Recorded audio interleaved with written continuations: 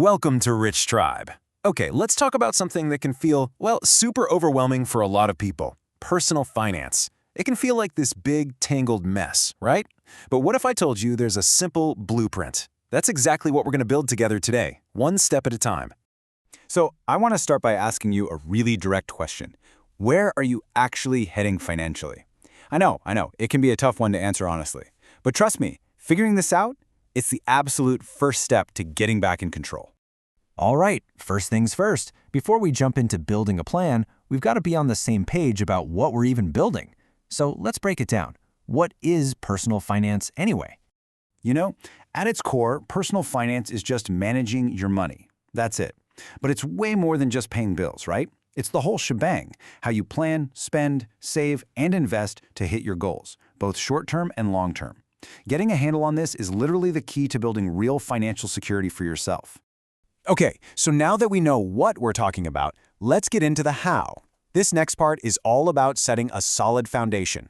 And these first two habits, seriously, they're the bedrock. Everything else we talk about is built right on top of them. So, you got to ask yourself, what does financial success actually look like to you? Because here's the thing, it's different for every single person. Maybe for you, it's hitting that 800+ credit score.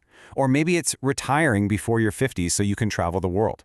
The point is, you have to define it. If your goals are vague, your results are going to be vague. So get specific, get real about what you want. And this right here, this is the huge mindset shift we need to make. So many of us hear the word budget and we immediately think of restriction, of all the things we can't do. But that's completely backwards. A budget is what puts you in the driver's seat. It's the tool you use to tell your money exactly where it needs to go. And the process? It's actually pretty simple. Just 4 steps. First, you track your income. You got to know what's coming in. Second, track your expenses. You got to know what's going out. Step 3, you look at all that data and figure out, hey, where's my money really going? And the 4th step, and this is a game changer, is to automate it. Seriously, let apps like Mint or YonApp do all the heavy lifting for you. Okay, once that foundation is in place, we can move on to the next really critical part, building your safety net.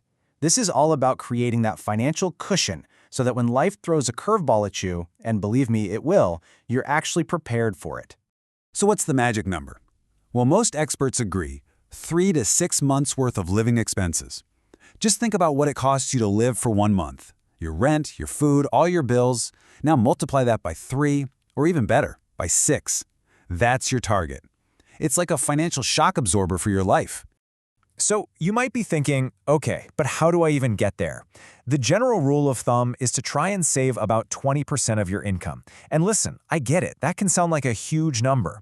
Building this fund might take months, it might even take years. But please, don't get discouraged. Every single dollar you manage to put aside is a win. It's a step in the right direction. Next, let's talk about debt. And this is so important. Not all debt is created equal. There's good debt and bad debt. So good debt, that's when you borrow money for something that's likely to grow in value, like a mortgage to buy a house. But bad debt, that's for stuff that loses value the second you buy it. You know, cars, the latest tech, anything you swipe a high-interest credit card for. Getting this difference is absolutely key to getting your finances under control. All right, so once your safety net is built up, it's time to switch from defense to offense. Now we're talking about proactively growing your wealth, and we do that through smart investing and using credit strategically. Investing, when you boil it all down, is just using your money to make more money. Simple, right? But here's the catch, and it's a big one. It always comes with risk. Always. So the goal isn't to avoid risk entirely. That's impossible.